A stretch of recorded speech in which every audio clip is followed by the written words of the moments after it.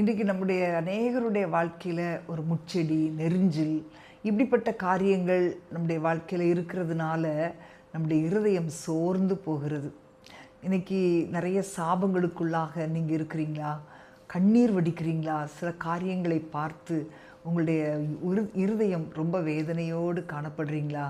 என் வாழ்க்கை வறண்டு போய் கிடக்குதே, என்னுடைய வாழ்க்கையில் ஒரு ஆசீர்வாதம் இல்லையே, என் வாழ்க்கையில் ஒரு செழிப்பு இல்லையே அப்படின்னு நீங்கள் நினைக்கிறீங்களா? நான் ஆண்டவர் சொல்கிறார், உன்னதத்திலிருந்து ஆவி ஊற்றப்படும் மட்டும் அப்படியே இருக்குமா. அப்போ ஆவி ஊற்றப்பட்ட பிறகு வனாந்தரம் செழிப்பான வயல்வெளி ஆகும். செழிப்பான வயல்வெளி காடாக எண்ணப்படும். இன்றைக்கு இருக்கிற சூழ்நிலை நீங்கள் பார்த்து சோர்ந்து போகாதுங்க. ஆண்டவர்கிட்ட சொல்லுங்கள், ஆண்டவரே உன்னதத்திலிருந்து அந்த ஆவி என் மேலே ஊற்றப்படட்டும் ஆண்டவரேன்னு சொல்லுங்கள். உங்களுடைய வாழ்க்கை தலைகீழாய் ஆண்டவர் மாற்றி விடுவார். பரிசுத்த ஆவியானவர் வரும்போது சீஷர்களுடைய வாழ்க்கை எப்படி மாறினதோ அதே போல் அன்பான தேவனுடைய பிள்ளைகளை, ஒருவேளை நீங்கள் இன்றைக்கி உங்களுடைய பிள்ளைகளை குறித்து நீங்கள் ரொம்ப வேதனையோடு இருக்கிறீங்களா? இன்றைக்கு உங்களுடைய காரியங்கள் எல்லாம் தோற்று போய் இருப்பது போல உணர்றீங்களா?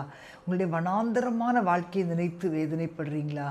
ஆண்டவர்கிட்ட கேளுங்க. அந்த உன்னதத்திலிருந்து ஆவி ஊற்றப்பட்டதும் உங்களுடைய வனாந்தரம் செழிப்பான வயல்வெளியாக மாறும் என்பதில் எந்த சந்தேகமும் இல்லை. தைரியமாக இருங்க. நிச்சயமாக கர்த்தர் பதில் செய்வார். God bless you.